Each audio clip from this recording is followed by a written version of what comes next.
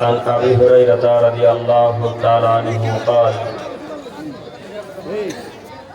قال رسول الله صلى الله عليه وسلم يتقارب الزمان ويقبض العلم وتجهر الفتنة ويلقى السوء وتكثر الحارات قيل وما الحرج يا رسول الله صلى الله عليه وسلم قال القتل رواه البخاري ومسلم।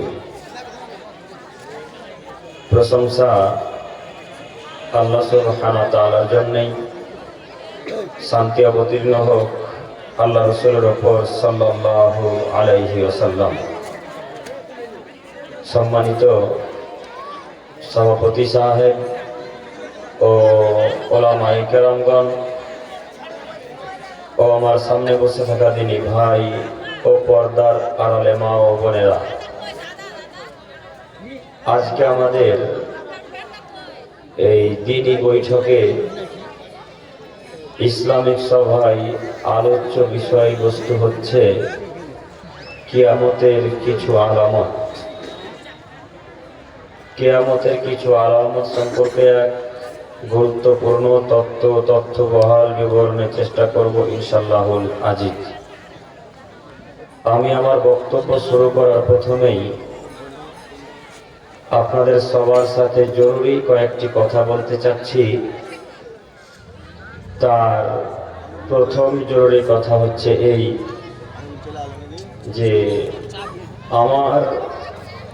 আপনাদের কাছে আমার অনুরোধ, দয়া করে কেউ দাঁড়িয়ে থাকবেন না, এটা আমার প্রথমত অনুরোধ। কিছুক্ষণ হলেও বসে আলোচনা শোনার চেষ্টা করুন। অতএব আপনারা যারা দাঁড়িয়ে আছেন, আপনাদেরকে আমি আবারও করজোর অনুরোধ জানাচ্ছি, স্টেজের সামনে প্যান্ডেলের নিচে এসে বসার চেষ্টা করুন। 1 2 আপনারা যে কয়েকজনই আছেন, যতক্ষণই থাকবেন বা এখন আপাতত আছেন, তো যেইভাবে এখন বসে আছেন, এই বসাটা কি মুহাম্মদ সাল্লাল্লাহু আলাইহি সাল্লামের দেওয়া শরীয়তি পদ্ধতি হিসাবে বসে আছেন? জি, বুঝতে পেরেছি, বুঝে গেছি আমি কথা। হ্যাঁ, তো এখন তো আপনাদেরকে এগিয়ে আসা লাগবে। বক্তব্য আধ ঘন্টা চললেও এগিয়ে আসতে হবে, বক্তব্য 10 মিনিট চললেও এগিয়ে আসতে হবে। কেন? মুহাম্মদ সাল্লাল্লাহু আলাইহি সাল্লাম যখন সাহাবায়ে কেরামদেরকে নিয়ে আলোচনা করতেন, এটা একটু টাইট করে দেন তো। ঠিক আছে, জাযাকাল্লাহ। মুহাম্মদ সাল্লাল্লাহু আলাইহি সাল্লাম যখন আলোচনা করতেন, তখন সামনের কাতার, মধ্যের কাতারগুলো, জায়গাগুলো ফাঁকা থাকতো না। অতএব এটা আমাদের সাহাবায়ে কেরামদের নীতি, মুহাম্মদ সাল্লাল্লাহু আলাইহি সাল্লামের আদর্শ। আমরা ইসলামিক সভাতে এসেছি, অতএব ইসলামিক সভাতে ইসলামী রীতিনীতি বজায় রাখবো ইনশাআল্লাহ। ইনশাআল্লাহ, ইনশাআল্লাহ। যদিও ভুল হয়েছে, মানুষেরই ভুল হবে না, ফেরেশতার হবে গো? কথা বলেন, মানুষেরই ভুল হবে, ফেরেশতারা ভুল করবে না। ওদেরকে ওইভাবে আল্লাহ তৈরি করেননি, মানুষকে আল্লাহ ভুলের মধ্য দিয়েই তৈরি করলেন। তাই তো মুহাম্মদ সাল্লাল্লাহু আলাইহি সাল্লাম বললেন, কুল্লু বানি আদম খাতা ওয়া খায়রুল খাতাইনা তাওয়াবুন। পৃথিবীর আদমের ছেলে মেয়ে, তোমরা শোনো, তোমাদেরকে বলছি, তোমরা মানুষ মাত্রই ভুল করবে, তো তোমাদের মধ্যে ওই ব্যক্তি সব থেকে দামি, ওই ব্যক্তি আমার কাছে প্রিয়, ওই ব্যক্তি আমার কাছে অতীব উত্তম, যে ভুল করার পর আবার আমার কাছে ভিক্ষা চাইলো, ভুল করার পর ক্ষমা ভিক্ষা চাইলো। ওই লোকটার মতো প্রিয় পৃথিবীর কোনো রাজা, পৃথিবীর কোনো বাদশাহ, পৃথিবীর কোনো দানশীল ব্যক্তি, পৃথিবীর কোনো হাজি মানুষ আল্লাহর কাছে তত প্রিয় নয়। তো মানুষেরই ভুল হবে, ফেরেশতারা ভুল করবে না। নবীগণের যদি ভুল হয় তো আমরা তো সাধারণ মানুষ, আমাদের তো ভুল হবেই, তাই না? তো নবীগণের ভুল হবে যদি হয়তো আমাদের ভুল হওয়াটাই স্বাভাবিক। তো ভুল যেহেতু হয়ে গেছে তো কাজে আপনারা কি ক্ষমা করতে পারবেন না? কথা বলে না। আল্লাহ বলছেন আদমের ছেলে মেয়েরা যদি পাপ করতে করতে করতে করতে করতে করতে করতে আসমান পরিপূর্ণ পাপ করে, পাপ করতে করতে করতে করতে করতে গোটা পৃথিবী জমির সম পরিমাণ যদি পাপ করে, আর এই পাপ করার পর আমার কাছে যদি একবার ক্ষমা ভিক্ষা চাই, আমি আল্লাহ তার আসমান জমির সম পরিমাণ পাপকে সঙ্গে সঙ্গে আমি আল্লাহ ক্ষমা করে দেব। আল্লাহ আকবার। আল্লাহ এতগুলো পাপ ক্ষমা করতে পারে, আর আমরা মানুষ হয়ে একটা ভুল ক্ষমা করতে পারবো না? কথা বলে না। আমি প্রথম বাক্যে একটা কথা বলতে ভুলে গিয়েছিলাম, যে আমি যতক্ষণ কথা বলবো আপনারা সবাই একটু আমার সাথে কথা বলবেন, ইনশাল্লাহ ইনশাল্লাহ ইনশাল্লাহ। আল্লাহ যদি আসমান জমিন সম পরিমাণ পাপ ক্ষমা করতে পারে, ভুলকে ক্ষমা করে দেয়, তো আমরা একটা ভুল জাতির জন্য, মানুষের জন্য, জালসার জন্য, পৃথিবীর মুসলিমদের জন্য ক্ষমা করতে পারবো না? পারবো তো। তো আপনারা যারা চলে গেলেন, এটা কি মোহাম্মদ সাল্লাল্লাহু আলাইহি ওয়াসাল্লামের আদর্শ হলো? রাগ দেখাবেন এটাই স্বাভাবিক, এটাই ঠিক। কেন? মানুষের বিবেক কাজ করে না, আবেগ কাজ করে। কথা বুঝেননি? আল্লাহ তাআলা মোহাম্মদ সাল্লাল্লাহু আলাইহি ওয়াসাল্লামকে বলছেন, মোহাম্মদ তোমাকে যদি ইহুদি খ্রিস্টান সে একটা থাপ্পড় মেরে তোমার গালকে লাল করে দেয়, তুমি তাদেরকে দ্বিতীয় থাপ্পড় মারতে যেও না। বলেন তো, ইহুদি আমাদের শত্রু না বন্ধু? শত্রু। শত্রুকে আল্লাহ নবীকে আল্লাহ তাআলা মারতে নিষেধ করছেন। তো এখন আপনি যার উপর খেপে গেলেন, তিনি মুসলমান না ইহুদি গো? মুসলমান। তো এইভাবে খেপে যাওয়াটা কি উচিত হলো? যদি আমি সমর্থন করছি না, যখনই তিনি যখনই রাহুল ভাইকে বললেন যে আপনি মাইকে যখন বলতে শুরু করলেন, তখনই সঙ্গে সঙ্গে ঘাড়ে হাত দিয়েছিলেন, দেখতে পেয়েছেন আমাকে কেউ? সঙ্গে সঙ্গে ঘাড়ে হাত দিয়ে বললাম, ভাইজান আপনাকে কাগজ লিখতে হতো আগে। বললাম না ভাই? বললাম কিনা? তো ওটা ওনার ভুল হয়ে গেছে। যাই হোক, যদিও উনি বলছেন কাগজ দিয়েছি, তো বক্তব্যের গতি যখন বেড়ে যায়, বক্তব্য যখন জমে যায়, তখন সময়ের দিকে মন থাকে না। তো আরেকবার ভাইকে কাগজ দেওয়া উচিত ছিল, বা বলতে হতো কানে কানে এসে যে ভাইয়া সময় শেষের দিকে, বক্তা চলে এসেছে। তাহলে হয়তো বিশৃঙ্খলা এতটা সৃষ্টি হতো না, তাই না? তো আমরা বলছি না যে ভাইয়ের ভুল হয়নি, ভাইয়ের ভুল হয়েছে। কাজে আপনারা এইভাবে চলে গিয়ে কি সমাজটাকে, জালসাটা কি ঠিক করলেন না ভুল করলেন? বলেন তো। জি, ভুল করলেন। সঙ্গে সঙ্গে যদি উঠে না গিয়ে বসে থেকেই বলতেন যে ভাইয়া আপনার ভুল হলো, ভাইয়াকে এখনই ধরে বলেন না যে ভাইয়া ভুল হয়ে গেছে, আপনি ক্ষমা করেন। এই বাক্যটুকু বলা যেত। দাঁড়িয়ে গিয়ে চেঁচালেন, এটাও একটা কথা, বসে থেকে একটা কথা বলেন, এটাও একটা কথা। তো দুইটা কথার মধ্যে পার্থক্য আছে কি? আছে তো। দেখবেন কতটা পার্থক্য। আব্দুল্লাহ ইবনে আব্বাস রাদিয়াল্লাহু তাআলা আনহু বলেন, না, আবু মুসা আশআরী রাদিয়াল্লাহু তাআলা আনহু বলেন, রাসূল সাল্লাল্লাহু আলাইহি ওয়াসাল্লাম বলেছেন, ইন্না মিম্মা তাখাওয়া ইন্না আফকারা শাইইন ইউযাউ ফি মিজানিল মুমিন। আল্লাহ সুবহানাহু ওয়া তাআলা যখন কিয়ামতের মাঠে, কেমন এঁকে যাচ্ছে বারবার এটা,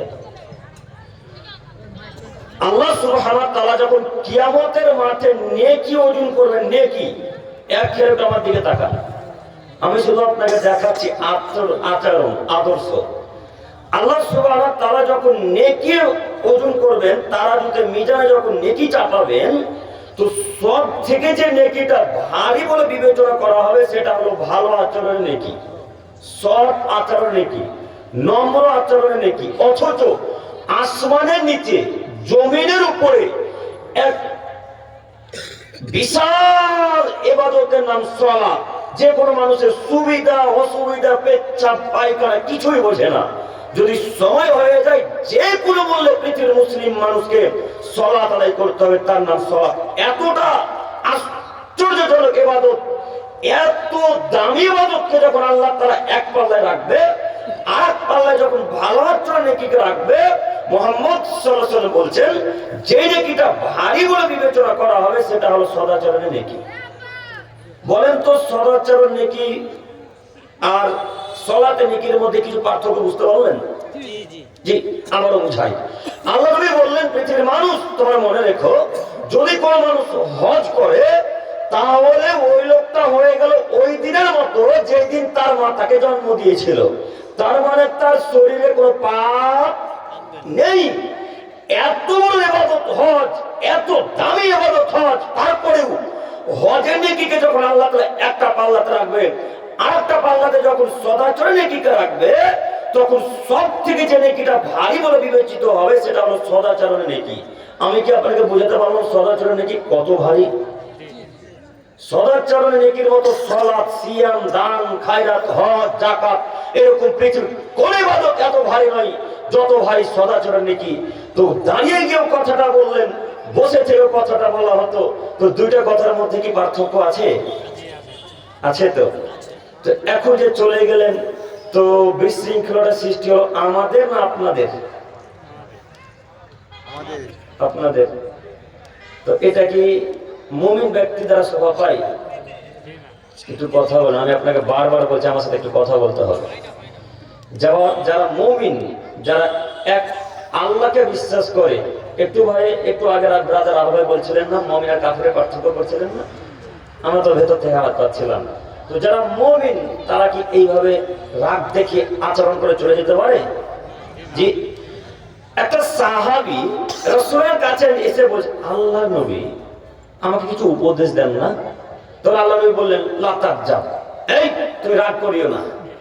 আল্লাহ নবীকে আবার বলছেন, আল্লাহ নবী আমাকে আরো কিছু উপদেশ দেন।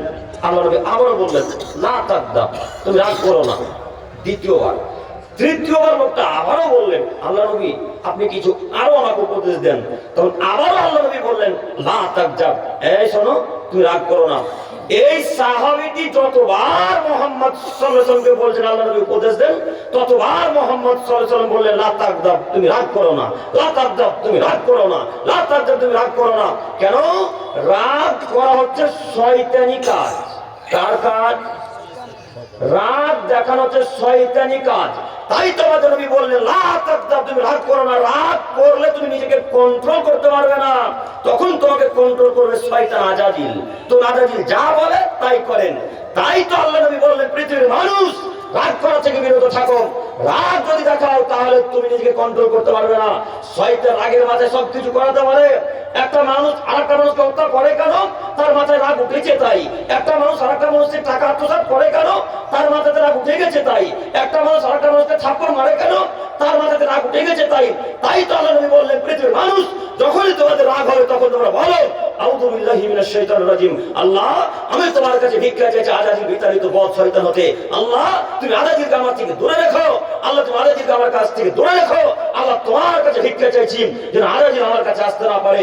এই জন্য আল্লাহ নবী বললেন, রাগ করো না। কেন? রাগ করলে কে সফল হয়? শয়তান। তো এখন যারা রাগ দেখে, অহংকার দেখে চলে গেলেন বা রাগ দেখে চলে গেলেন, এখন এদের উপর বিজয়ী ওরা না শয়তান? শয়তান। তাহলে মুমিন ব্যক্তির আচরণ, জি বুঝতে পারছেন কি আপনারা কথা? ভাই আপনারা কি কথা বুঝতে পারছেন? এটা তো মুমিন ব্যক্তির আচরণ নয়। আপনারা একটা প্রোগ্রাম দেখিয়েছিলেন আমার ওই কিষানগঞ্জের সাইডে গোয়ালপুকুর থানাতে, মেলা নিয়ে ঝগড়া হয়েছিল। ওই জায়গাতে আমাকে পরস্পর 3 বার থেকে 4 বার বাধা দেওয়া হচ্ছে। 4 বার, 20 মিনিটের মাথা, 20 মিনিটের বক্তব্যে 4 বার বাধা দিচ্ছে। আমাকে কি দেখেছেন একবার রাগ করে ওনাকে কথা বলেছি? যতবার আমাকে থামিয়ে দিচ্ছেন ততবার আমি ওনাকে হাসি মুখে বলছি, আপনি কি হাদিস কোরআন বোঝেন? কথা বলেন। দেখেছেন কি? আমি আবারও বলেছি, জনাব আনা শেখ, শেখ আমি একটু সম্মান দিয়ে ওনাকে কথা বলেছি, যেহেতু উনি আমার বাপের বয়সের মানুষ। মানে তো বলি, শেখ একটু হাদিস কোরআন পড়েন। কেন এইভাবে বলছেন? আচ্ছা ওই জায়গা থেকে আমি রাগ করে চলে যেতে পারতাম না? কথা বলেন। পারতাম তো। তো রাগ দেখানো কি মুমিনের নীতি? রাগ দেখা কি মুসলিমদের নীতি? তো আপনারা চলে গেলেন কেন? আচ্ছা ভাইকে তো ভাই অপমান হলো, তো আমি কি এখানে অপমান হলাম না? জি, আমিও তো অপমান হলাম। আপনারা চলে গেলেন। আচ্ছা, আমি আপনাকে বোঝাতে চাইছিলাম এটা মুমিনের আদর্শ নয়। আমি কিন্তু আয়াত এবং হাদিস পেশ করেছিলাম কিয়ামতের আলামতকে নিয়ে, কিন্তু সমাজের চিত্র দেখে আমাকে কথাগুলো বলতে হবে। যাই হোক, সম্মানিত যুবক ভাই, গরুর মাংস খেয়ে রক্ত বেড়ে গেছে, রক্ত গরম হয়ে আছে, কথাই স্বাভাবিক, রাগও বাড়বে, কথাও ঠিক। তো যাই হোক, আমরাও আপনাদের কাছে ভিক্ষা চাইছি যে আপনারা আবারও যেখানে থাকুন না কেন আর একবারের জন্য সামনে আসা যাবে না? ইনশাল্লাহ আসা যাবে কি? যদি আসা না যায়, আমি আর কিছু বলতে চাই না। আমি আপনার দিনী ভাই, আমি চাই যে আমি এখানে যতক্ষণ থাকবো একটা একটা বাক্য কোরআন এবং হাদিসের বাইরে পাবেন না ইনশাল্লাহ, এটা আমার ওয়াদা। তবে আমি মানুষ, ভুল হয়ে গেলে সঙ্গে সঙ্গে আমাকে ধরিয়ে দেবেন। আমি ভুল শুধরানোর জন্য প্রস্তুতি গ্রহণ করে এসেছি। সম্মানিত উপস্থিতি, আমি আপনাদেরকে আবারও আহ্বান জানাচ্ছি, যেখানে থাকুন না কেন একটু স্থানকে পরিবর্তন করে আমাদের এই মাইকের আওয়াজকে লক্ষ্য করে স্টেজের সামনে আসার চেষ্টা করুন। শেষ পর্যায়ে এসে আর দু একটি কথা বলতে চাচ্ছি আপনাদেরকে। আজকের পর থেকে আমরা রাগ আর দেখাবো না ইনশাল্লাহ। দুইটি উপদেশ।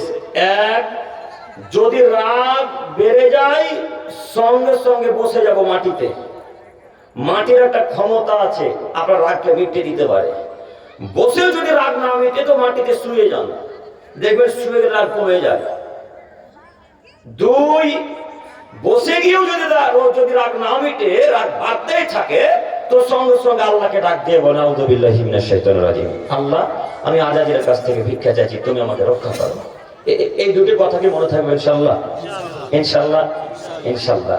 আল্লাহ তুমি আমাদের দিকে ভাইদেরকে কবুল করো, আমাদেরকে কবুল করো, সকলে বলি আমিন।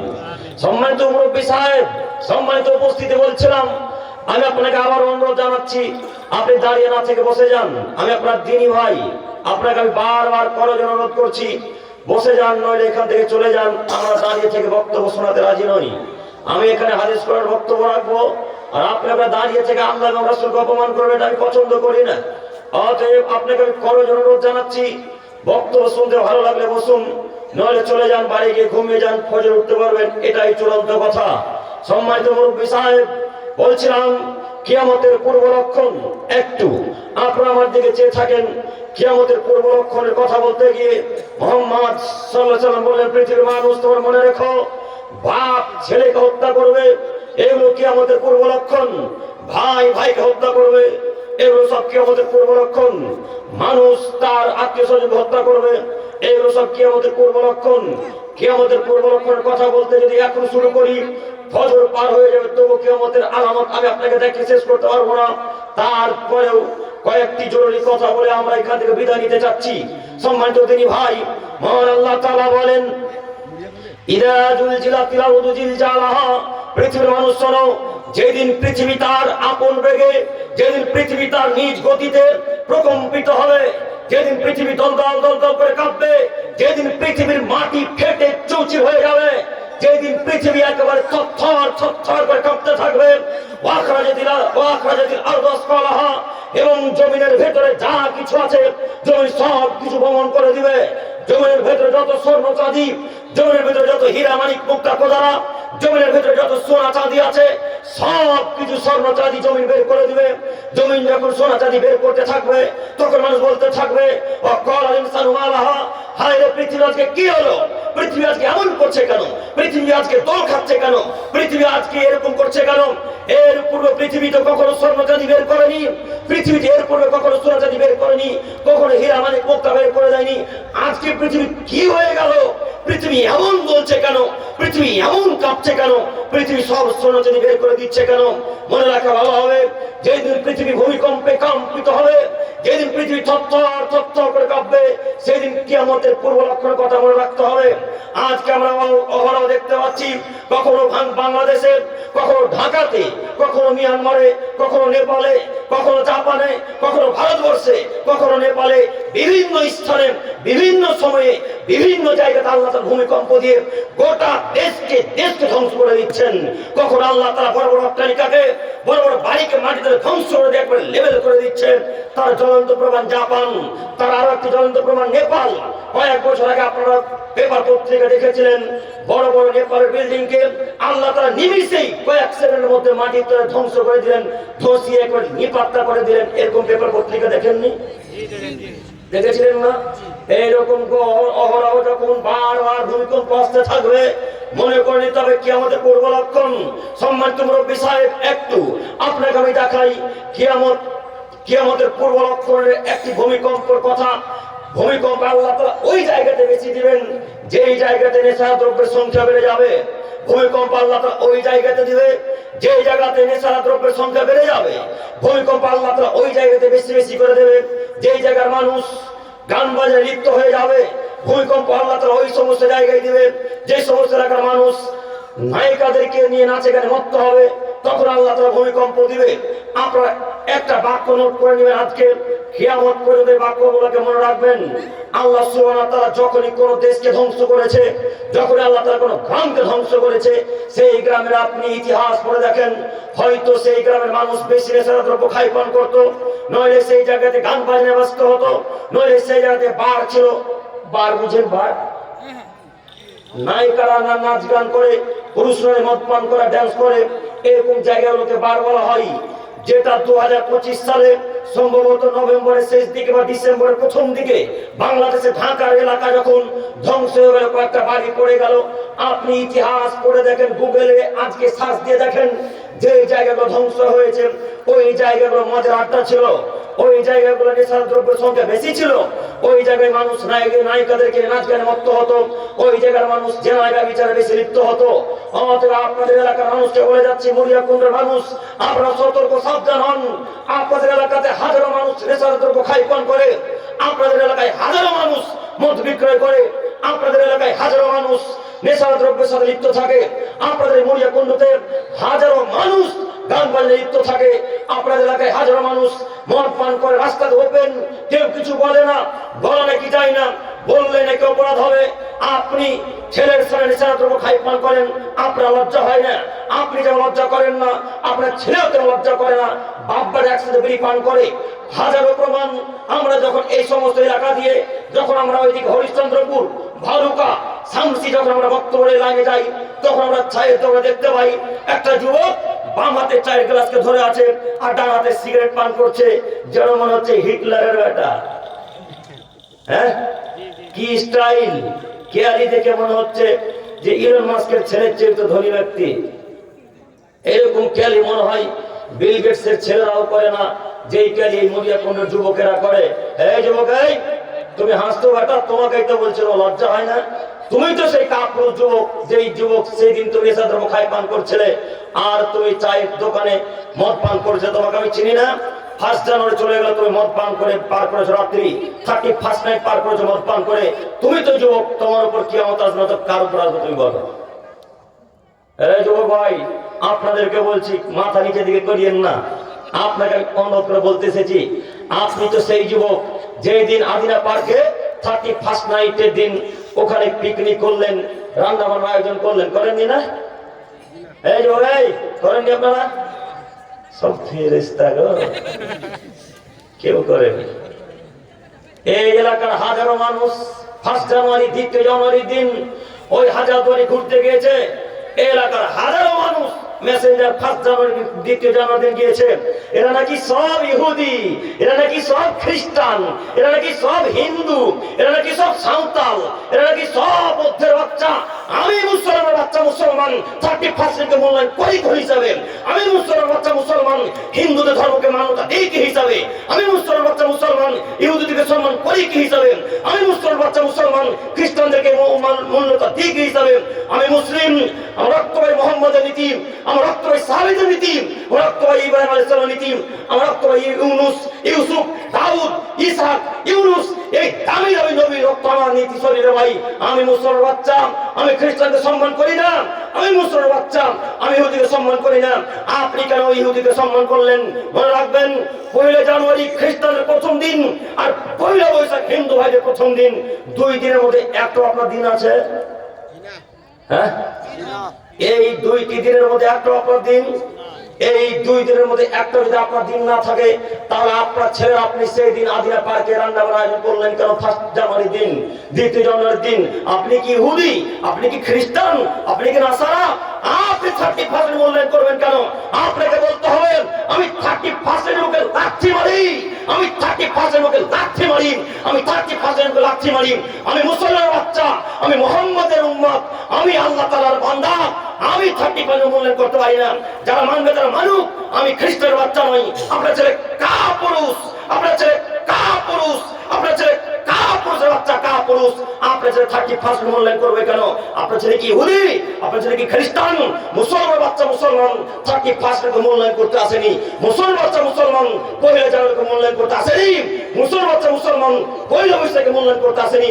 মুসলমান বাচ্চা 31 মুখে লাথি মারতে এসেছে। এটা মুহাম্মাদের নীতি। এই যুবক, তুমি এমএ পাস ছাত্র, তুমি শামসি কলেজের টপ স্টুডেন্ট, তোমার বিদ্যাকারকে মরিয়া কুণ্ডের গোরস্থানে পুঁতে দিতে এসেছি, মনে রেখো। কেন তুমি 31 মূল্যায়ন করলে? তুমি জানো না সেই দিন তারা গান বাজনা নিয়ে ব্যস্ত থাকে, সেদিন তারা তোমার নবীকে অপমান করে, সেদিন তারা তোমার আল্লাহকে অপমান করে। বলেন তো দেখি, যারা আল্লাহ এবং রাসূলকে অপমান করে তারা কি জান্নাতে যাবে? যাবে না। এই মরিয়া কুণ্ডর কোন মানুষ কি 31 মূল্যায়ন করেনি? করেছে। তাহলে রাসূল সাল্লাল্লাহু আলাইহি সাল্লাম 1450 বছর পূর্বে বললেন, পৃথিবীর মানুষ তোমরা মনে রেখো, মান তাসাব্বাহু বিকওমিন ফাহুয়া মিনহুম। আদমের ছেলেমেয়ে মনে রেখো, আমি মুহাম্মদ সাল্লাল্লাহু আলাইহি সাল্লামকে বাদ দিয়ে যদি তোমরা কোন ইহুদি, খ্রিস্টান, বৌদ্ধ, সাঁওতাল, ডোম, চামার, হিন্দুদের রীতিনীতিকে গ্রহণ করো, তাহলে তোমরা তাদের সাথে থাকবে। বলেন তো, আপনারা তো শিক্ষিত মানুষ, মরিয়া কুণ্ডর আমরা শুনেছি, তো ইহুদি খ্রিস্টানরা জান্নাত যাবে না জাহান্নামে যাবে? যে জাহান্নামে যাবে। তো এখন যারা মূল্যায়ন করলো তারা কোথায় যাবে? জাহান্নামে যাবে।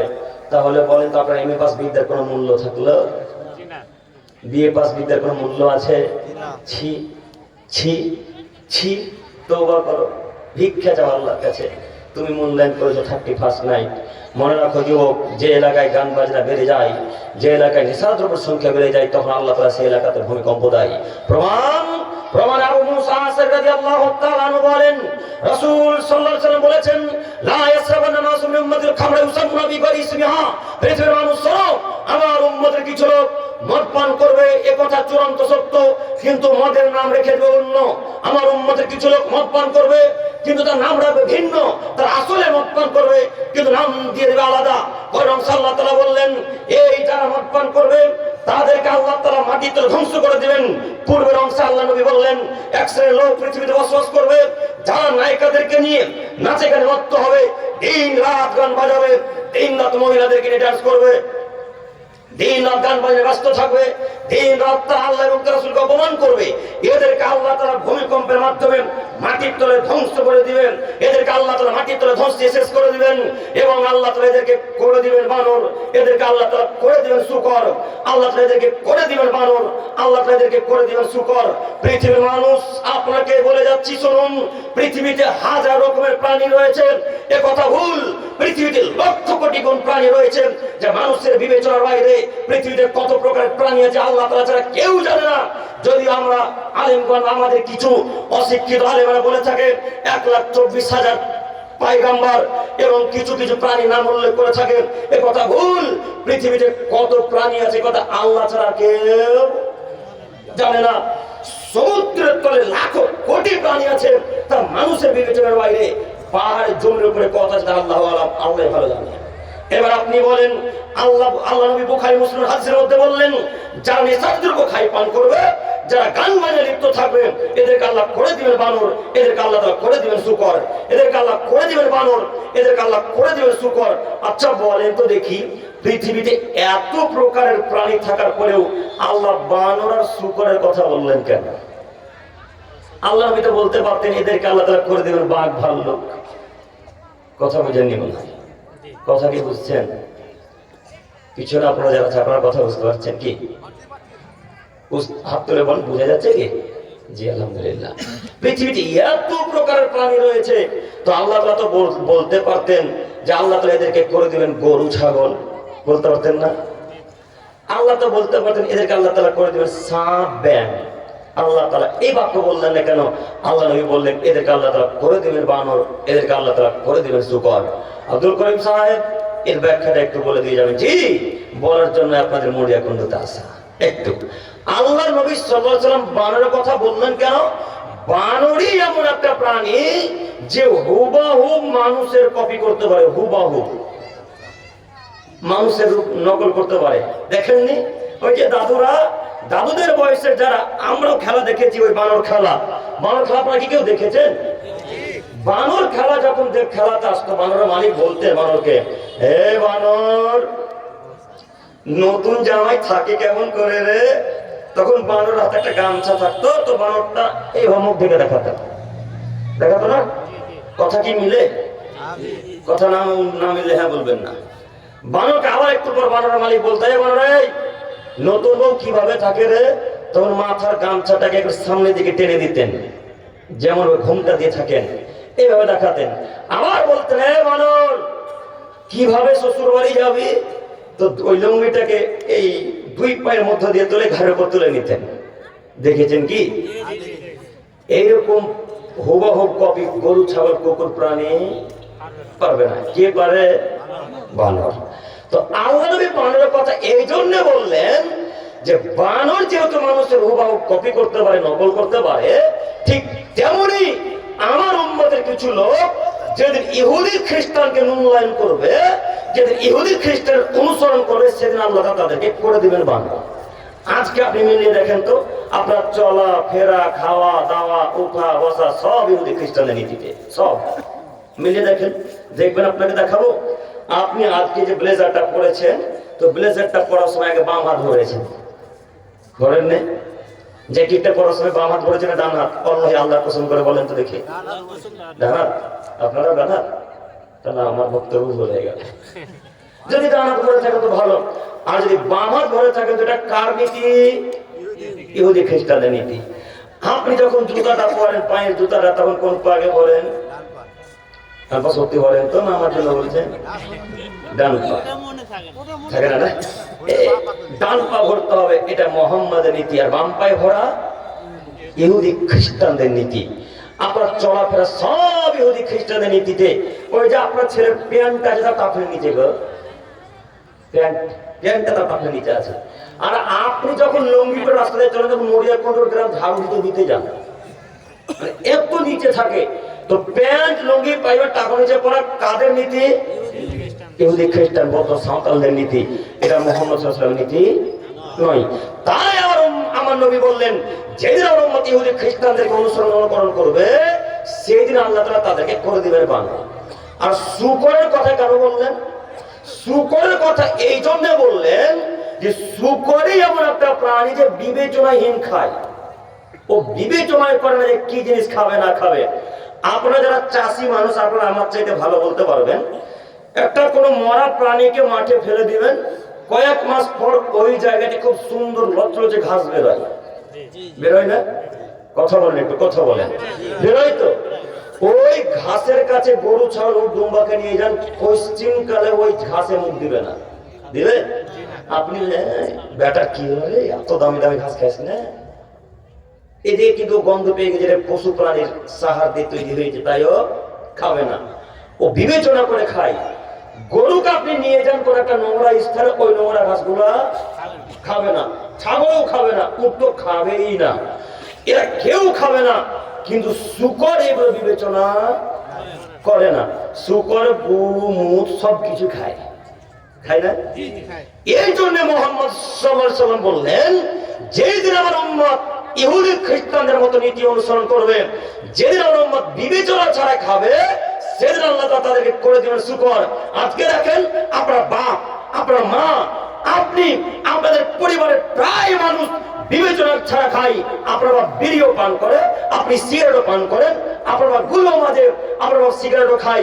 এগুলো কি মরিয়া কোনো মানুষ খাই পান করে না? করে তো। তো গরু ছাগল বিবেচনা করতে পারলো, কুকুরে বিবেচনা করতে পারলো, কিন্তু মানুষ বিবেচনা করতে পারলো না। তার মানে বোঝা যাচ্ছে এরা কুকুর শ্রীগালের চাইতেও খারাপ, এরা পশু প্রাণীর চাইতেও খারাপ। এদেরকে আমি কে দিয়ে বুঝাই? আল্লাহ বললেন বুঝেও বোঝে না, অন্তর আছে বোঝে না, দেখেও দেখে না, চক্ষু আছে দেখে না, শুনেও শুনে না, কান আছে শুনে না। উলাইকা কালানাম, এরা পশু প্রাণীর মতো, এরা গরু ছাগলের মতো, এরা কুকুর শ্রীগালের মতো, বাল হওয়া জাল, বরং তার চেয়েও খারাপ। গরু ছাগল আপনার চাইতে ভালো, ওরা বোঝে কোনটা ভালো খাদ্য কোনটা খারাপ খাদ্য। কুকুর শ্রীগাল বোঝে কোনটা ভালো খাদ্য কোনটা খারাপ খাদ্য, কিন্তু মানুষ বুঝে না। কোন মায়ের বেটা এখানে মরিয়া কোন তো জানে না যে বিড়ি খাওয়া হারাম? কোন মায়ের বেটা জানে? হাত তুলেন। সবাই জানে। তুলবেন না? তার মানে জানেন যে আপনি হারাম। কে জানে না জর্দা পান খাওয়া হারাম? কে জানে না? সবাই জানে, এরপরও খাই পান করে। কেন? নিজেকে কেউ মানুষের পরিচয় দেয় না, কেউ নিজেকে মানুষের পরিচয় দেয় না। আচ্ছা, নামটা কি ভুল বলছি না ঠিক বলছি? মরিয়া কুণ্ড ঠিকই হচ্ছে কি? মরিয়া কুণ্ড না? কেউ নিজেকে মানুষের পরিচয় দেয় না। নইলে আজকে মরিয়া কুণ্ড, এই মরিয়া কুণ্ড জুমা মসজিদের উন্নতি করবে বিরাট ধর্মীয় জালসাতে আপনার বাপ পরে বিড়ি রাখতে পারে? হ্যাঁ, আপনার ভাই পরে সিগারেট রাখতে পারে? ছি, লজ্জা হয় না? বাপের নদীতে ডুবে যেতে পারো না? তোমার পকেটে সিগারেট আছে বেটা, তোমার বাপের পকেটে বিড়ি সিগারেট আছে। তোমার বাপকে, তোমাকে, তোমার হুজুরকে, তোমার সারা পৃথিবীর আলেম ওলামাকে চ্যালেঞ্জ করে গেলাম, এমন কোন মায়ের বেটা প্রমাণ করতে পারে বিড়ি পান খাওয়া হার জায়েজ, জর্দা পান খাওয়া জায়েজ, সিগারেট পান করা জায়েজ? কোন মায়ের বেটা যদি মরিয়া কুণ্ড প্রমাণ করে দিতে পারে, শুধু মরিয়া কুণ্ড কেন, সারা পৃথিবীর ওলামাকে চ্যালেঞ্জ দিলাম, কোন মায়ের বেটা যদি প্রমাণ করে হালাল বা মাকরুহ, তো কিয়ামত পর্যন্ত আর বক্তব্য দিব না, আজকে শেষ করে দিলাম। আবার চ্যালেঞ্জ দিয়ে গেলাম, এমন কোন মায়ের বেটা বলতে পারে বিড়ি খাওয়া জায়েজ বা মাকরুহ, অসল কোশ্চেন কালেও নয়, কখনোই বিড়ি খাওয়া হারাম, একেবারে হারাম, টোটালি হারাম, পরিপূর্ণ হারাম, সম্পূর্ণরূপে হারাম। দেখি কোন মায়ের বেটা বসবাস করে বলতে পারে বিড়ি খাওয়া জায়েজ বা মাকরুহ? দেখি, বলেন। বলেন না কেন? বলতে গেলে বুকের ক্ষমতা লাগবে, হাদিস কোরআন লাগবে। আমি আব্দুল করিম বিন আমর ইসলাম আপনার সাথে যদি 8 ঘন্টা থাকি, 8 ঘন্টায় হাদিস কোরআন দিয়ে কথা বলার চেষ্টা করি।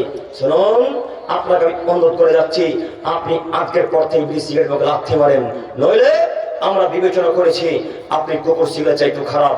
কিভাবে? একটু আপনাকে আমি আবারও দেখাই, কিয়ামতের আলামত দেখাচ্ছিলাম, আপনারা একটু আমার দিকে এক খেলে চেয়ে থাকেন, নইলে বুঝতে পারবেন না। বাক্যটুকু মনে রাখবেন, কুকুর সিগারেট চাইতে খারাপ আমরা কিনা একটু দেখাচ্ছি। কোচবিহার, কোচবিহার চেনেন না? কেউ চেনেন তো? আপনারা যেমন ভুট্টা চাষ করেন, কেউ কেউ সরিষা চাষ করে, কেউ আলু চাষ করে, এক একজন এক এক জিনিস, এক এক গ্রাম এক এক রকম চাষ। ওই কোচবিহারে দেখবেন শুধু তামাকের চাষ হয়, তামাকের চাষ। দেখেন নি ভাই? দেখেছেন না? তামাকের চাষ হয়। দূর থেকে যদি দেখেন তো মনে হবে বড় বাঁধাকপির গাছ, নইলে বেগুনের গাছ, না? বড় বড় পাতা। আপনাদের এখানে হতো না? তাহলে বুঝতে পারবে। তো পশ্চিমকালেও আমরা তামাকের গাছ বাপের জন্য দেখিনি। তো সেই দিন বক্তব্য দিতে গিয়ে দেখলাম, আমি ছিলাম, আব্দুল মালিক ছিলেন বাংলাদেশের, এবং আর একটা ওই সাগরপাড়া বহরমপুর সাইডের একটা বক্তা ছিলেন। তো আমরা ভিডিও করতে শুরু করলাম, এরকম একটা মুরব্বী সাহেব ছিলেন, ওনাকে জিজ্ঞেস করলাম চাচা এগুলো কি গো? তো তিনি বলছেন তামাকের গাছ, এগুলোকে আমরা নিয়ে যাব, গিয়ে ওই রোদে শুকাবো, শুকানোর পর তখন মেশিনে দেবো, তখন তামাক হয়ে যাবে। তো আপনারা যখন ওই বাড়ির পাশে কানটা, বুঝেন কানটা?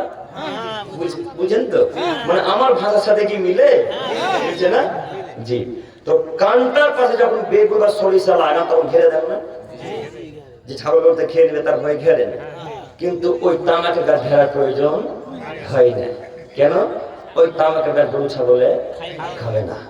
তো আমরা বিশ্বাস করতে পারলাম না। তো এক পর্যায়ে আমরা ভিডিও শুরু করলাম। আপনারা যারা যুবক ভাই হয়তো ভিডিওটা দেখেছেন, আমাদের ভিডিওটা এখন হয়তো পেজে আছে, IRCI টিভি পেজটাতে আছে, না? দেখেছেন কি কেউ আপনারা? দেখেছেন না? তো ওই পেজটাতে এখনো ভিডিওটা হয়তো পাবেন, এটা আমার আশা। তো ওই ভিডিওটাতে দেখবেন যে আমরা ভিডিও করতে শুরু করলাম, লাইভ ভিডিও করছিলাম। তো লাইভ ভিডিও করতে করতে একটা ছাগল এলো। ছাগলটা আলের ঘাসগুলো খেতে লাগলো। আল আল বুঝতে পারছেন না? আলের ঘাসগুলো খেলে, কিন্তু একবার ওই পাতাতে মুখ দিল না। একটু করে একটা সাদা গরু আসলো, সাদা গরু, গরুটা আরেক ঘাসগুলো খেলো কিন্তু ওই পাতাতে মুখ দিল না। এরপর একটা পাখরা কুকুর এলো সাদাতে কালোতে, এই কুকুরটা সুমরোদে পেচ্ছা করে চলে গেল। দেখছেন আল্লাহ আল্লাহর কসম, আপনি ভিডিও দেখেন হুবহু এভাবে দেখতে পাবেন। একটু পরে ওই টোটোর কাছে একটা শুকর আছে দেখতে পাচ্ছি। তো আমাদের ক্যামেরা তো তখন খারাপ ছিল, মোবাইলের ইনফিনিক্স কি মোবাইল ছিল আল্লাহ জানে, ভুলে গেছি। তো ওইখানে একটা শুকর আসছে, তো জুম করছি তো বোঝা যায় না যে শুকর না কুকুর, কিন্তু বোঝা যাচ্ছে একটা কোনো প্রাণী হেঁটে আসছে। তো ওটাকেও দেখলাম শুনলো, তুমি চলে গেল। তো এই প্রাণীটা এই গাছের পাতাগুলো কোনো প্রাণীতে খেলো না। যেই গাছের পাতা কুকুরে খায় না, যেই গাছের পাতা ছাগলে খায় না, যেই গাছের পাতা শুকরে খায় না, যেই গাছের পাতা ছাগলে ভেড়াতে খায় না, ওই ছাগলের পাতা আপনি আর আপনার হুজুর আর আপনার বেটা ঠিকই খান। তাহলে বলেন তো, আপনি আর আপনার বেটা কুকুর ছিল যে এটা খারাপ না ভালো?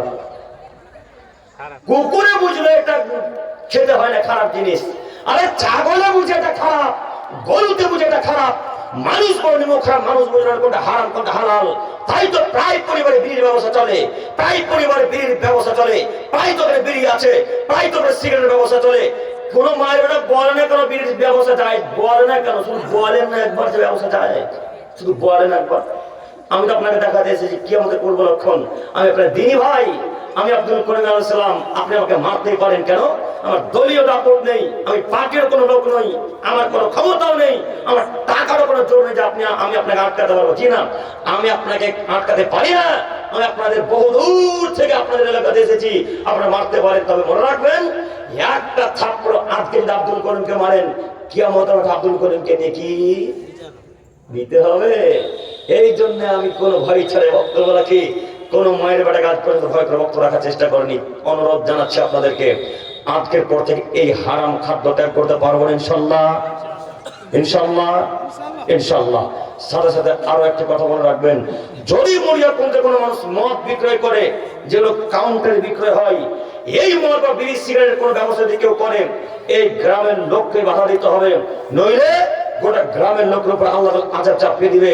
গোটা গ্রামের লোক তখন আল্লাহর কাছে দোয়া করলে আল্লাহ তাআলা সেই দোয়া কবুল করবেন না।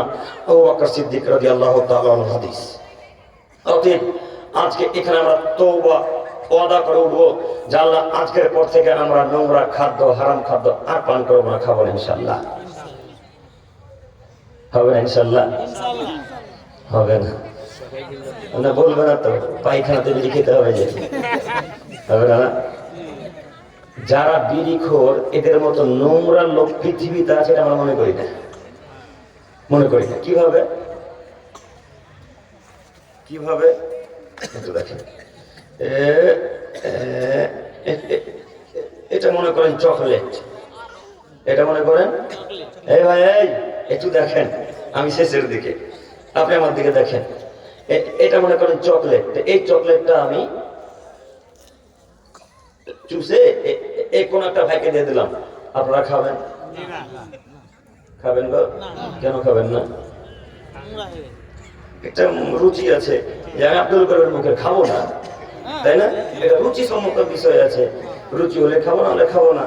অথচ এটা হালাল না হারাম? হালাল। কিন্তু এদের চরিত্র এত খারাপ, একটা বীর 5-6 জন মিলে চুষে। কথা ভুলে গেল না? একটা সিগারেট 4 দোকানে 3-4 জন মিলে খায়, এর তখন রুচিতে খারাপ লাগে না। আর এই কাপুরুষ যুবকটা ওর স্ত্রী যদি রান্না করে আর ভাতে বা তরকারি যদি একটা চুল দেখতে পারে, দেখতে পাচ্ছি না চুল আছে ভাতে, দেখতে পাচ্ছি না তরকারিতে চুল আছে, তখন তাকে নোংরা লাগে। কিন্তু বিড়ির আর একজনের মুখের খেতে নোংরা লাগে না। তুমি মানুষ না অমানুষ? তুমি মানুষ না, তুমি মানুষই মনে করি না, তুমি কেন এই নোংরা জিনিস খাবে? আবার আরো একটি কথা মনে রাখবেন, পৃথিবীর কোন মানুষ কি কোন খাদ্য পায়খানাতে গিয়ে খায়? খায়? কেউ খায় না। যদি ওই চকলেট বা কোনো একটা খাদ্য থাকে আর ওই সময় যদি বাথরুম পায়খানা পেয়ে যেত, কর্ম করে খেয়ে তাড়াতাড়ি বাথরুম যাওয়ার চেষ্টা করেন না? নয় ফেলে দেন কুলি করে। কথা মিলে কি? মিলছে না? কিন্তু এদের চরিত্র এত খারাপ, এরা পায়খানাতে বসে বিড়ি ধরাবে। জি শেখ, কথা মিলে না? এত খারাপেরা। তাই তো দেখতে পাই মসজিদের বাথরুমে বিড়ি, মসজিদের অজুখানাতেও বিড়ি, মসজিদের অজুখানাতে গুল, মসজিদের অজুখানাতে বিড়ি কাঠি পড়ে আছে, আর দেশের কাঠি পড়ে আছে। ওই বিড়ি কি হুজুরে খায়? ওই বিড়ি কি ইমাম সাহেবে খায়? না, ওরা তো খায় না। এই অশিক্ষিত সমাজে লোকেরাই খায়। সম্মানিত মুরব্বী সাহেব, আপনাকে অনুরোধ জানাচ্ছি, আমি আপনার ছেলের মতো আজকের পর থেকে এই হারাম খাদ্য মুখে রাখতে মতো পারবো না। ইনশাল্লাহ পারবো, ইনশাল্লাহ। কিয়ামতের পূর্ব লক্ষ্য আমি কাকে দেখাবো গো? আপনারা যে কিয়ামতের আলামত, আপনারাই তো কিয়ামতের আলামত, আপনারাই তো কিয়ামতের কারণ। আল্লাহ নবী বললেন, নেশার দ্রব্যের সংখ্যা যখন বেড়ে যাবে তখন পৃথিবী আল্লাহ তাআলা ধ্বংস করে দিবে। বলেন তো আজকে পৃথিবীতে নেশার দ্রব্যের সংখ্যা বেড়েছে না কমেছে? বেড়েছে। তাহলে কিয়ামত অতীব নিকটে। একটু আপনাকে আমি আরো একটা হাদিস দেখাই। আবু হুরায়রা রাদিয়াল্লাহু তাআলা আনহু বলেন, রাসূল সাল্লাল্লাহু আলাইহি সাল্লাম বলেছেন, ইয়াতাকারাবু জামান, যুগ ঘন হয়ে যাবে। ওই বদল ইলম, বিদ্যাকে আল্লাহ তাআলা তুলে নেবেন। অত্যাচারুল ফিতনা, ফিতনা ফাসাদ বৃদ্ধি পাবে। ওয়ায়ুকাসুহ, কৃপণতা বেড়ে যাবে। অত্যাকসুল হারাজ, হারাজের সংখ্যা বেড়ে যাবে। কিরা আমল হারাজ ইয়া রাসূলুল্লাহ সাল্লাল্লাহু আলাইহি সাল্লাম, সাল্লাল্লাহু আলাইহি সাল্লাম বললেন, যতবার নাম শুনবেন কি বলবেন?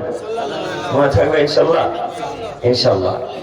আল্লাহ নবী হারাজ মানে কি একটু বলেন। তখন তিনি বললেন, আল কাতল, হারাজ মানে হচ্ছে হত্যাকাণ্ড। পৃথিবীতে যখন হত্যাকাণ্ডের সংখ্যা বেড়ে যাবে সেই দিন হবে কিয়ামত। 5টি বাক্য, 5টির বাক্যের প্রথম বাক্যে ফিরে গেলাম। আল্লাহ নবী বললেন, ইয়াতাকারাবু জামান, যুগ ঘন হয়ে যাবে, দিন অতীব তাড়াতাড়ি চলে যাবে, বছর দেখতে দেখতে শেষ, মাস দেখতে দেখতে শেষ, ঘন্টা দেখতে দেখতে শেষ, মিনিট দেখতে দেখতে শেষ। তার জ্বলন্ত প্রমাণ ওই যে কয়েকদিন আগে শুক্রবার নামাজ পড়লেন না, আবার আজকে শুক্রবার চলে গেল, আজকে শনিবার হয়ে গেছে। অবশ্য মাগরিব হলে কি হয়ে যায়, দিন পরিবর্তন হয়ে যায়। তো এই যে কয়েকদিন আগে শুক্রবার চলে গেল, তো অতীব তাড়াতাড়ি দিন চলে যাচ্ছে না? কয়েকদিন আগে দেখেন ডিসেম্বর, আজকে জানুয়ারির আবার কত তারিখ? 23 তারিখ। অতীব তাড়াতাড়ি চলে যাবে। কিছুদিন আগে ছিল 2024, তারপরে 25, আজ নাকি 2026, তাই না? অতীব তাড়াতাড়ি মাস চলে যাবে, অতীব তাড়াতাড়ি সময় চলে যাবে, অতীব তাড়াতাড়ি বছর চলে যাবে, যুগ পার হয়ে যাবে। সব কিসের আলামত? কিয়ামতের আলামত। কেউ সময়ের মূল্যায়ন করবে না, সময় সংকীর্ণ হয়ে যাবে। 2, অত্যাচার, বিদ্যাকে তুলে নেওয়া হবে। বিদ্যাকে আল্লাহ তাআলা তুলে নেবেন। আব্দুল করিম সাহেব, তাহলে কি বিদ্যা মানুষের ব্রেন থেকে আল্লাহ তুলে নেবেন? জি না, মানুষের ব্রেন থেকে আল্লাহ বিদ্যাকে হটাবেন না। আল্লাহ তাআলা দামি দামি উলামায়ে কেরামগণকে, দামি দামি মানুষকে, শিক্ষিত মানুষকে মৃত্যুর মাধ্যমে তুলে নিয়ে বিদ্যাকে কমিয়ে দিবেন। এগুলো হচ্ছে কিয়ামতের পূর্ব আলামত। যখন শিক্ষিত মানুষ মরে যাবে, যখন বড় বড় আলেম উলামায়ে কেরাম মরে যাবে, তখন মনে করে নিতে হবে এগুলো সব কিয়ামতের পূর্ব আলামত। আপনাকে দেখাই, ইমাম আহমদ ইবনে হাম্বল আছে পৃথিবীতে? ইমাম আবু হানিফা রাহিমাহুল্লাহ আছে পৃথিবীতে? আব্দুল কাদের জিলানী রাহিমাহুল্লাহ আছে পৃথিবীতে? নাসিরুদ্দিন আলবানী রাহিমাহুল্লাহ আছে পৃথিবীতে? কেউ নেই। এত বড় বড় বিজ্ঞ উলামায়ে কেরামগণ, বড় বড় মানুষ, বড় বড় আলেম পৃথিবী ছেড়ে চলে গেছে। এগুলো সব কিসের আলামত? কিয়ামতের পূর্ব আলামত, কিয়ামতের পূর্ব লক্ষণ। অতএব সম্মানিত মুরব্বী সাহেব, আপনাকে আমি অনুরোধ জানাচ্ছি, কবে আপনি পরিবর্তন হবেন আমি তো বুঝতে পারলাম না। আজকে আপনার বয়স 45 বছর, আজকে আপনার বয়স 60 বছর, আজ পর্যন্ত সালাত ছেড়ে দিয়ে আল্লাহ তাআলাকে বাদ দিয়ে আপনি এখনো মানুষের জন্য চলাচল করেন। কখন আল্লাহ তাআলাকে ডাকবেন, কখন আল্লাহ তাআলাকে মূল্যায়ন করবেন, কখন আল্লাহ তাআলার সামনে কান্নাকাটি করবেন, কখন আল্লাহ তাআলার জন্য সময় বের করবেন? মানুষের সময়ের দাম নেই। মানুষ আজ আছে কাল নেই, কখন কে মরে যায় কেউ বলতে পারে না। একটু আপনাকে বলি, আমাদের সাথে রাত্রে গল্প করছিল আমাদের কোনো এক ভাই, রাত্রে গল্প করে শুরু বলল ফজরে দেখা করি। ফজরে আসতে পারেনি, বিছানাতে শেষ। উনি কি ভেবেছিলেন আমি আজকে মারা যাব? আপনাদের এলাকার হাজারো মানুষ চেয়ার থেকে পড়ে মারা যাচ্ছে, উনি কি ভেবেছিলেন চেয়ার থেকে পড়ে মরে যাব? হাজারো প্রমাণ, চেয়ার থেকে পড়ে মানুষ মরে গেল, খাট থেকে পড়ে মানুষ মরে গেল, এমনিতে দাঁড়িয়ে থেকে হুজুট লেগে পড়ে মরে গেল, এরকম প্রমাণ থাকে না? আছে তো। তো আপনি কিসের অহংকার দেখিয়ে বলছেন যে আমি এখন 10 বছর বাঁচবো, এরপরে সালাত আদায় করবো?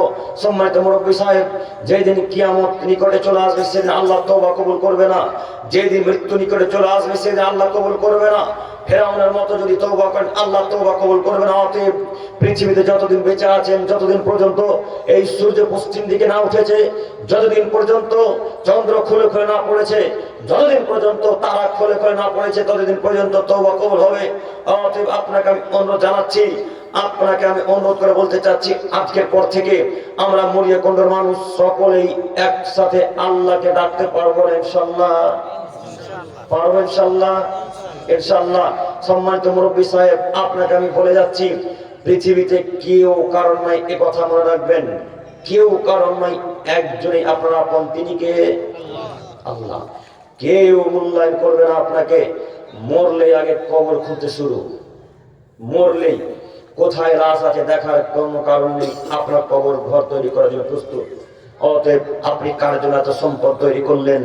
আপনাকে বলে যাচ্ছি, নীতি পরিবর্তন করেন। আমি আপনার দিনী ভাই, আমি আপনার নাতি পোতার মতো, আমি আপনার ছেলের মতো, আপনি নীতি পরিবর্তন করেন। আল্লাহ তুমি আমাদেরকে কবুল করো, সকলে বলি আমিন।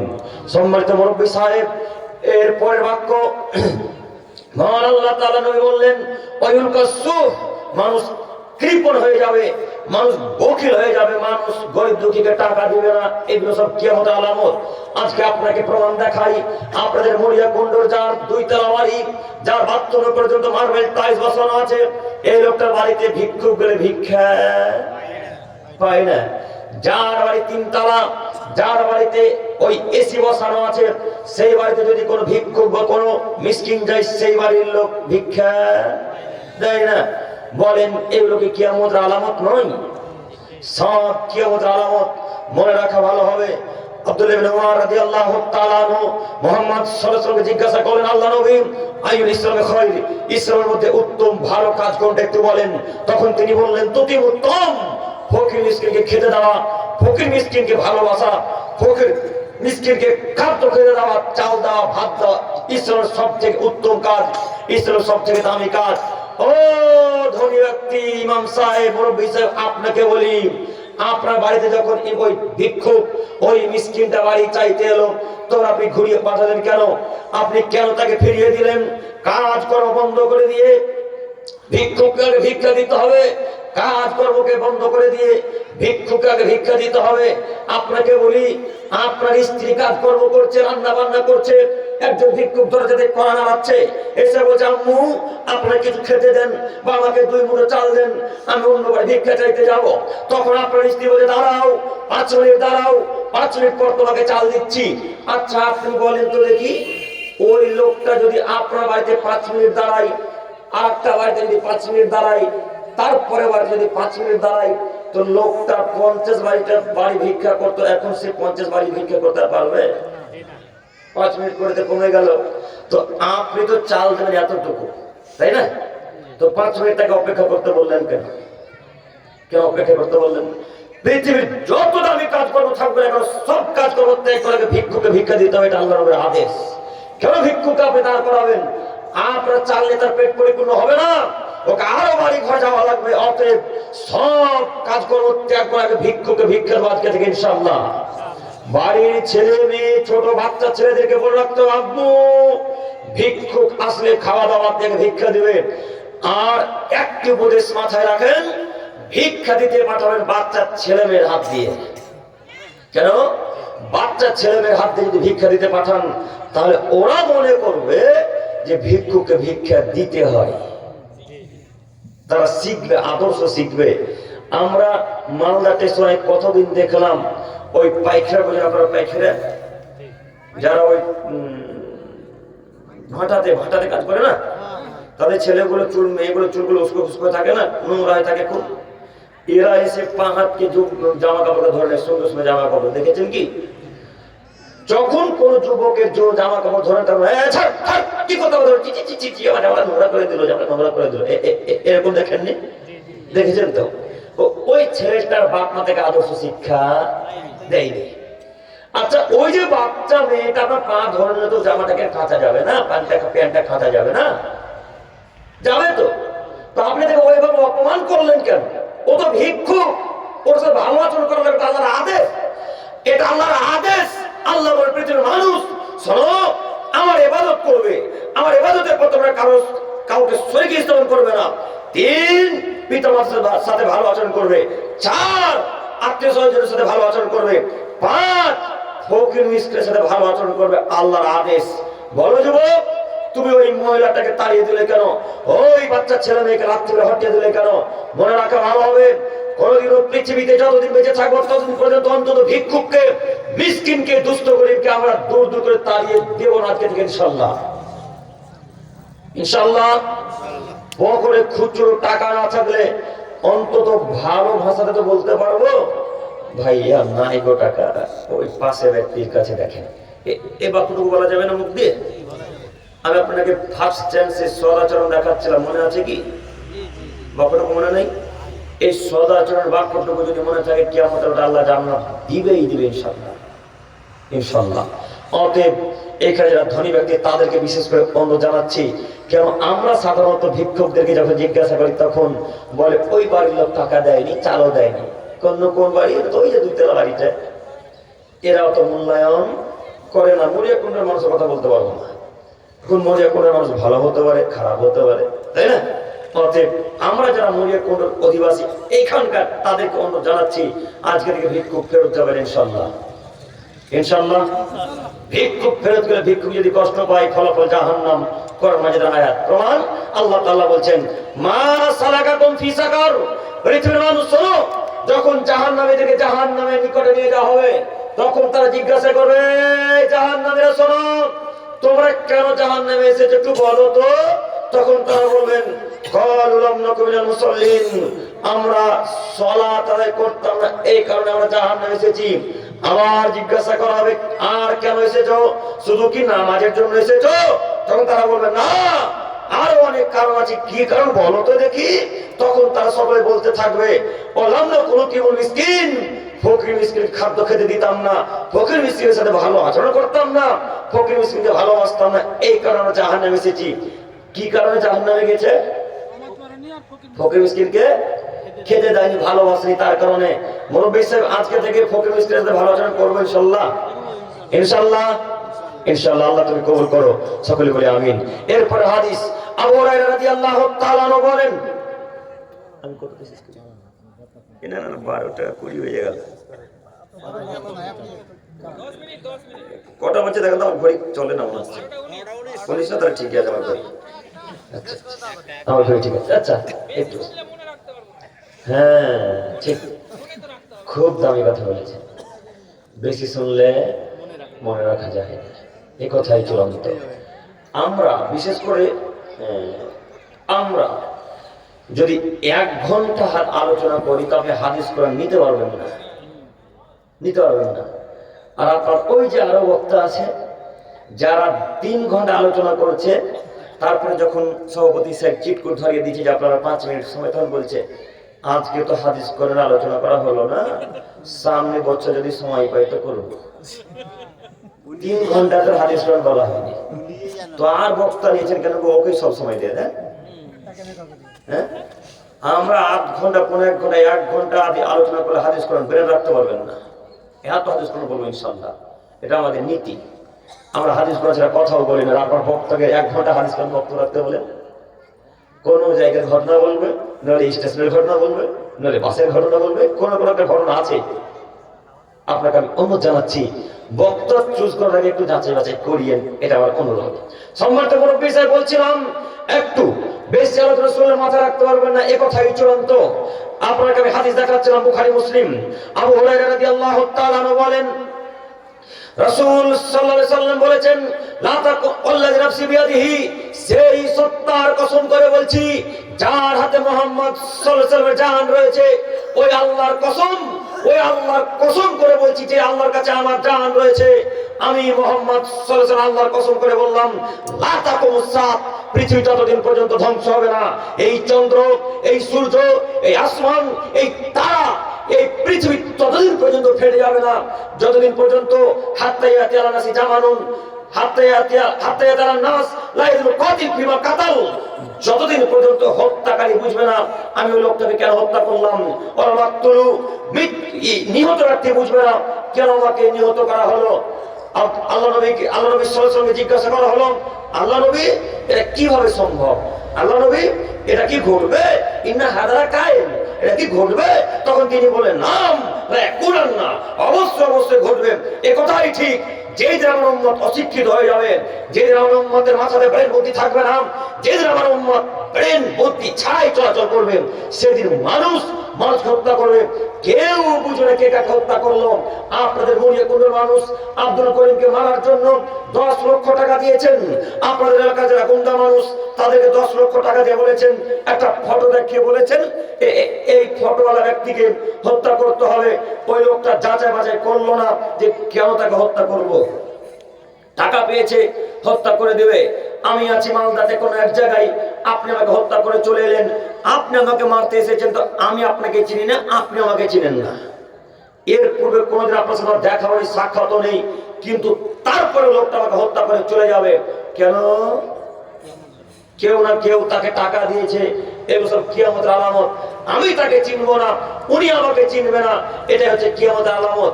একটু আপনাকে আরো দেখাই, বাস ঘাটে যখন চলবেন, রাস্তায় চলতে চলতে দেখতে পাবেন যখন বাসওয়ালা কোন রং সাইডে গাড়িটাকে ভুল করে ঢুকিয়ে দেয়, তখন কোন একটা মানুষ খেপে গিয়ে বলে, বেটা দেখবি তো কাজ ভেঙে দেবো, দেখবি তো হাত খুলে দেবো। এগুলো দেখেননি?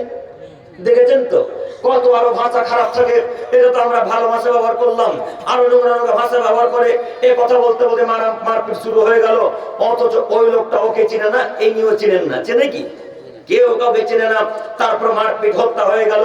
এগুলো সব কিয়ামতের আলামত। আল্লাহ বললেন, আল কাতিল মাকতুল ফিন্নার, এই অবস্থায় দুজনেই জাহান্নামে যাবে। আব্দুল করিম সাহেব, আমি মরলাম, আমি কেন জাহান্নামে যাবে আমি তো বুঝতে পারলাম না। এ কথা আপনাকে আমি কি দিয়ে বুঝাই? বুখারী মুসলিম। আল্লাহর নবী বললেন দুজনেই জাহান্নামে যাবে।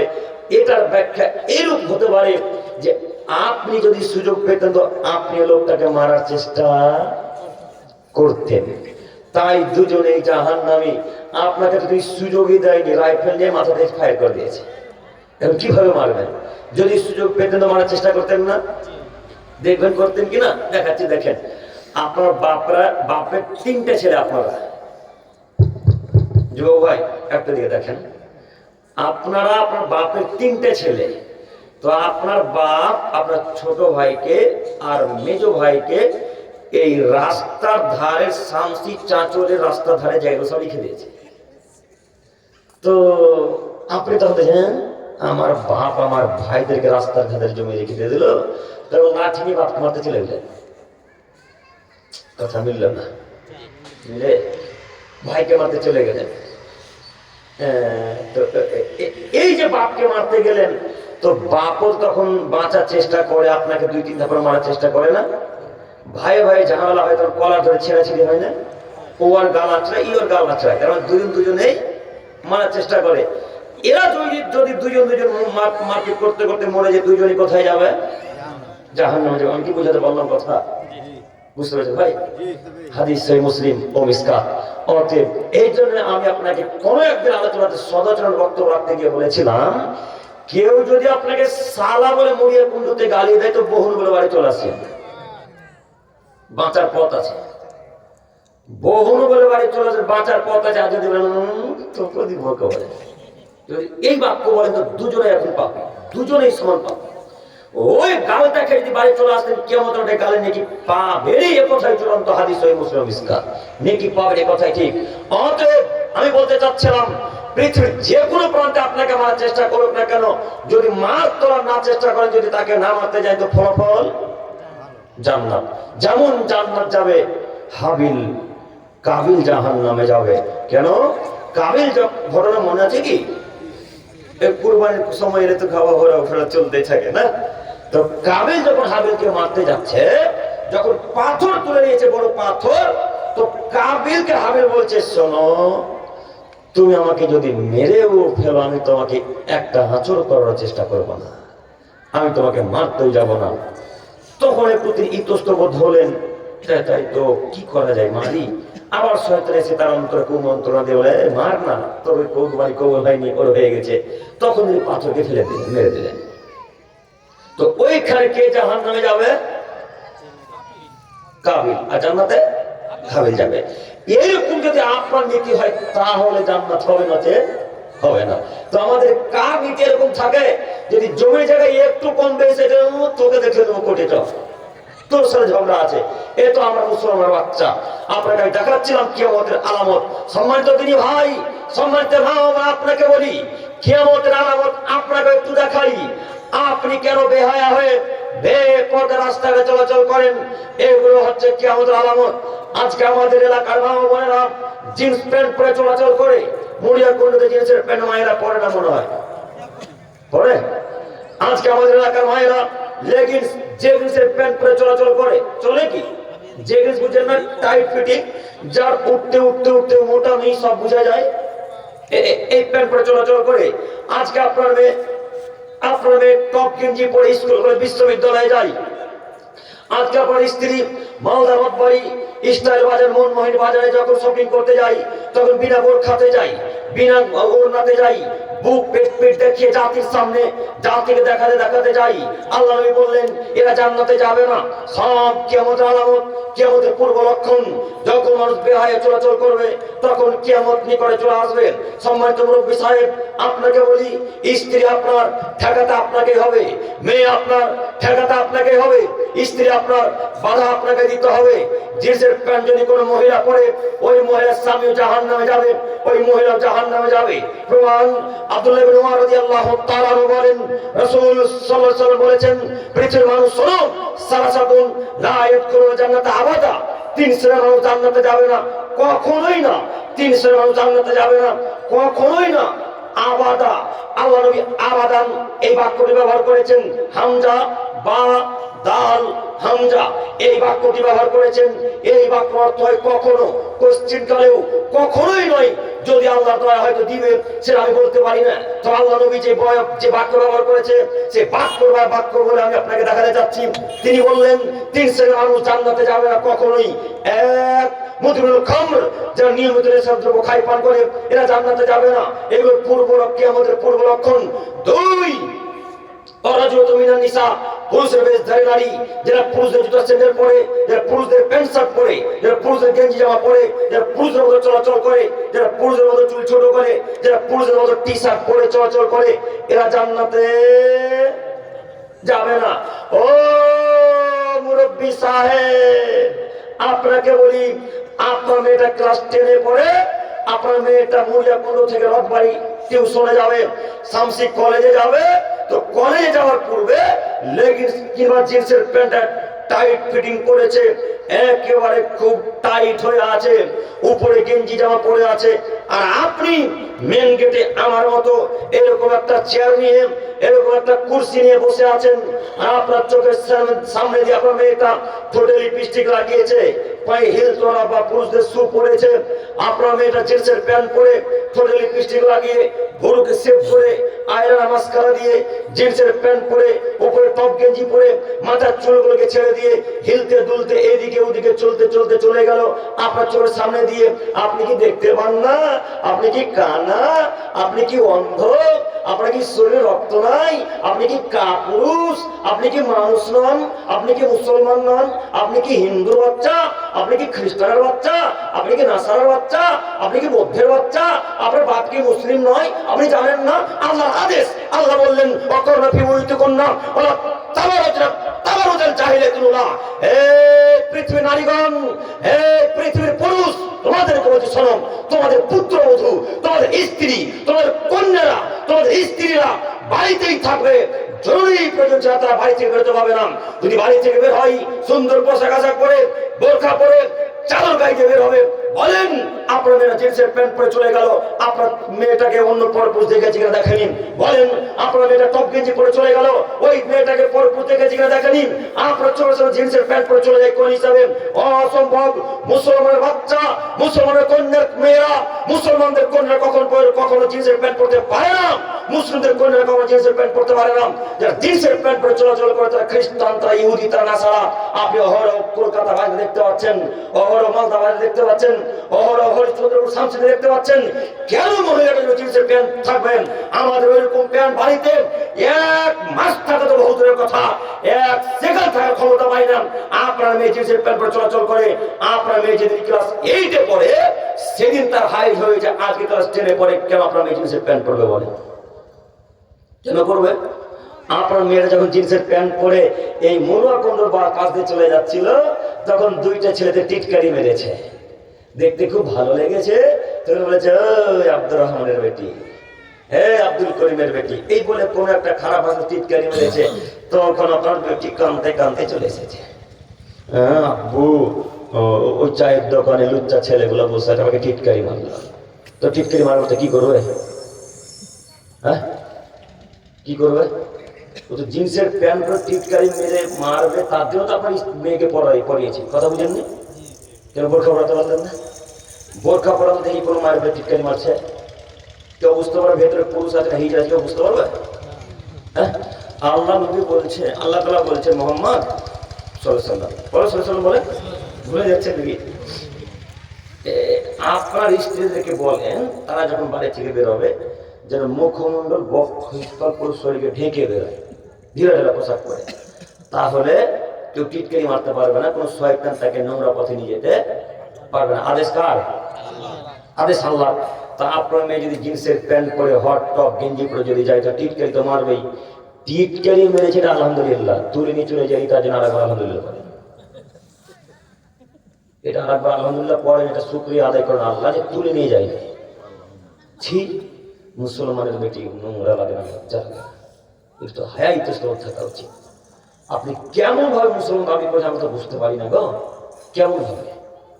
সম্মানিত মুরব্বী সাহেব, যে কথা বলতে গিয়ে এই হাদিস পেশ করলাম, আমি বলছিলাম এই জিন্সের প্যান্ট পরা নারী জান্নাতে যাবে না যেমন ওর বাপও যাবে না তেমন।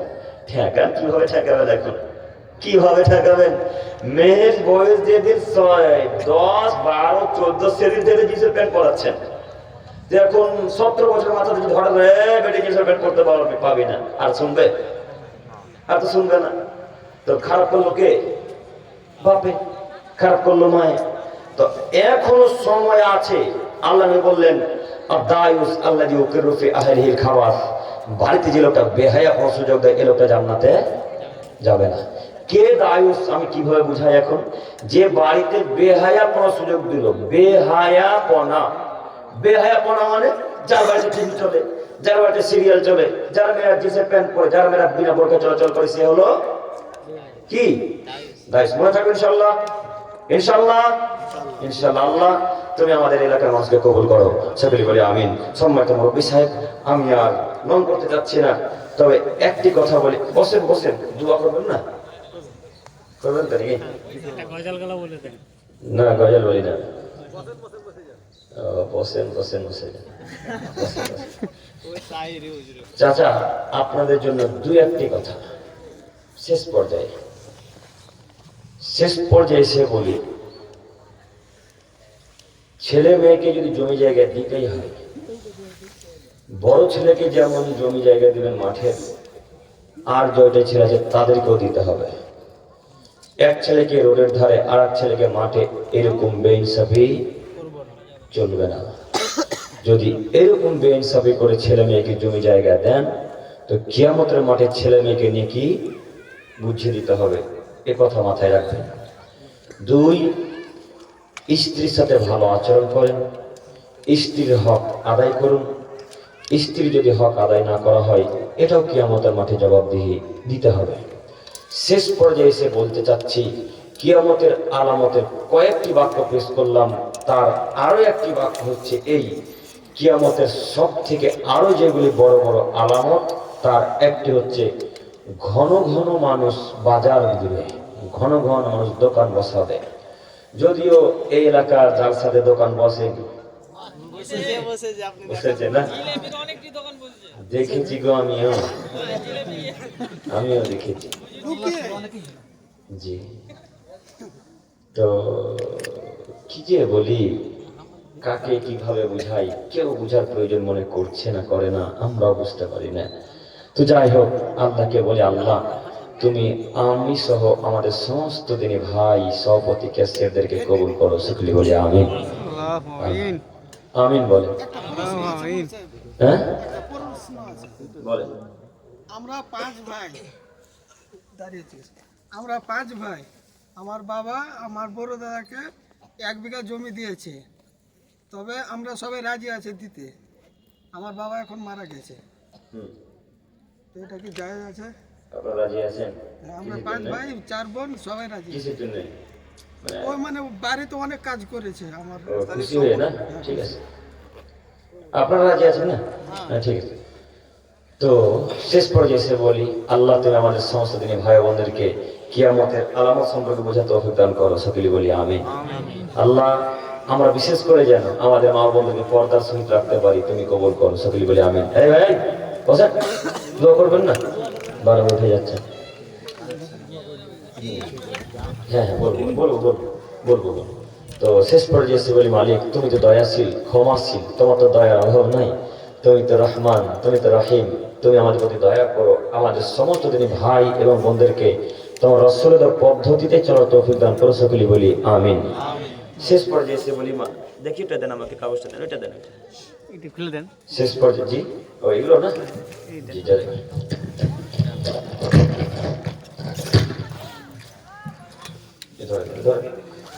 শেষ পর্যায়ে এসে বলি যে মুরিয়াকুণ্ড জমা মসজিদের উন্নতি কল্পে বিরাট ধর্মীয় জালসা উন্নতি কল্পে দিয়েছেন। এতক্ষণ হায়দার ভাই আদায় করছিলেন, মনে হয় না? করেছেন না? জি।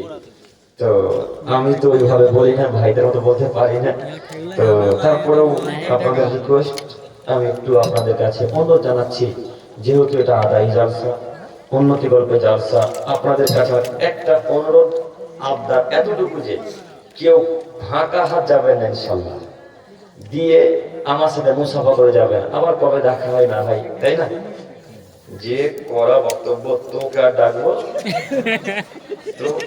না, তাই না? জি না। বাবলু ডাক্তার সাহেব 400 টাকা দান করেছেন, আল্লাহ তোমাদের দানকে কবুল করো। আল্লাহুম্মা সাল্লি আলাইহি। মহিলাদের পক্ষ থেকে 250 টাকা, আল্লাহ তোমাদের দানকে কবুল করো। সম্মানিত মা, আপনারা সকলেই যে যতটুকু পাবেন দিবেন, ওখানে একটা বাচ্চা মেয়ের হাতে দিয়ে যাবেন। আর আপনারা সবাই আসেন ভাই, কেউ ফাঁকা হাত যাবেন, এটা আমার অনুরোধ। যে যা পারবে আমার সাথে আমাকে দিয়ে মুসাফা করে যাবেন ইনশাল্লাহ। কেউ স্ক্যান আছে? স্ক্যান দেন। ভালো আছেন? ওয়ালাইকুম আসসালাম। ভাই এটা হচ্ছে ভালো আসেন, কেউ ফাঁকা যাবে না। যদি কেউ টাকা নিয়ে না এসে থাকেন তো লিখিয়ে যাবেন, ওখানে পরে দিয়ে দেবেন ইনশাল্লাহ। আসেন, এটা ভাইদের অনুরোধ, আপনারা কেউ ভাইদেরকে অপমান করবেন না। ভালো আছেন? আসেন, কেউ ফাঁকা যাবেন ইনশাল্লাহ। ভালো ভাই? হ্যাঁ